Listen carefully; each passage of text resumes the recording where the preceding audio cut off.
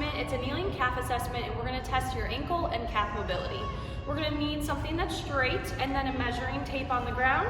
Our toes are gonna be right at 0.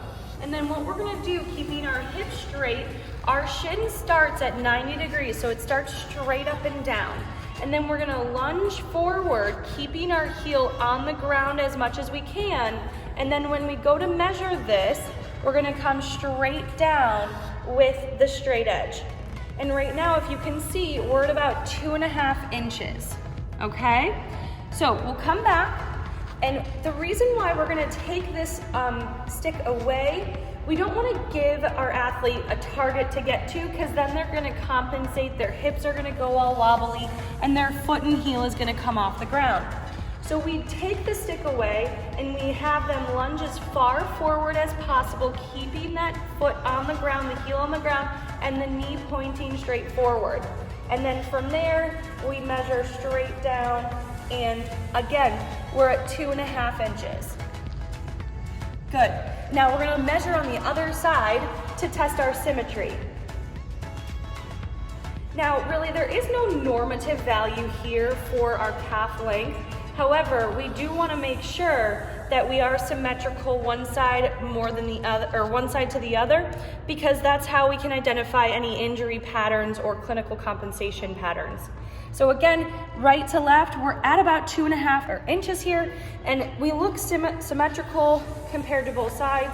We're going to put this together with our movement assessment, our dynamic movement assessment, and we'll see if we see any compensations or deviations. So go ahead and do your assessment and see how your calf length or ankle mobility might be helping or hindering your movement. Now we've assessed your calf length, we're gonna have you dynamically stretch this. So this is really great before any athletic activity. So with our shin pointing straight up and down and our toes are forward, we're gonna go ahead and lunge forward, trying to keep that heel on the ground, and then lunge back. Let's do this 10 times, trying to get a little bit further over our foot as possible. You can also kind of come down and lean forward into like a runner's lunge here and do some rocks forward and backward. I suggest doing 10 rocks forward and backward, and then 10 at a very end range level. What you want to make sure you're doing is that foot is not creeping out. The foot needs to be pointed straight, the knee needs to be pointed straight, and both of our hips. If we start to go in like this, we're actually not mobilizing the part of the calf or the ankle that we want to mobilize. We want to make sure we're getting a stretch right up and down through both sides of that calf, and the only way that's going to happen is if we keep our toes forward, our knees forward, and our hips forward. So go ahead and try 10 on each side. All right, so we're gonna get you to the wall. We're gonna do a dynamic stretch here, but we're also gonna do a static stretch. We're gonna do one for our gastroc and one for our soleus. There are 2 muscles throughout the calf. One goes over the knee, so we're gonna keep the knee straight, and the other one stays below the knee, so we're gonna keep the knee bent for that stretch. So go ahead and get yourself to a wall. One foot is back. You're in like a lunge static position. Both toes are facing forward, and we're gonna go ahead and come back, and then we're gonna rock forward. So this is the dynamic gastroc stretch. Again, making sure our hips are forward, our knee is forward, our toes are forward. And from here, we're gonna do 10, and then we're gonna hold this static stretch for 30 to 60 seconds. Again, if our toes are pointing out, that is not good. Make sure that that toe is pointing forward. It almost feels like it's pointing in. Good. Now from here, go ahead and walk that back foot in a little bit.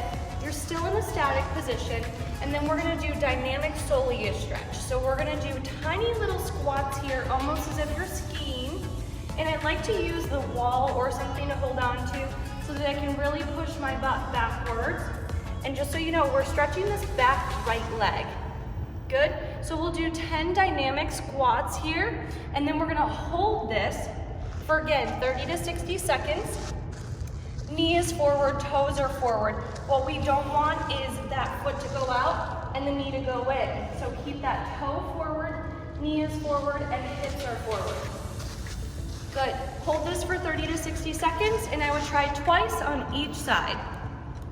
The last exercise to help you with your calf and ankle mobility is focusing on eccentric heel raises. So what we're gonna do, you now have more mobility and length in that ankle and calf, so now we're gonna use and strengthen through that new ankle mobility.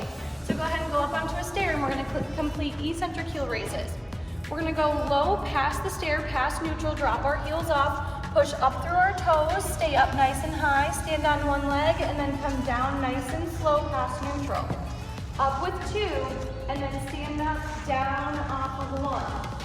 Up with 2, down, off of 1. You wanna make sure that you're pushing through your big toes and that you're not rolling out onto your ankle. So once you complete 10 on each side, do 2 sets on each side, and this is a really great exercise to help you lengthen your tissue length through that ankle as well as your calf mobility.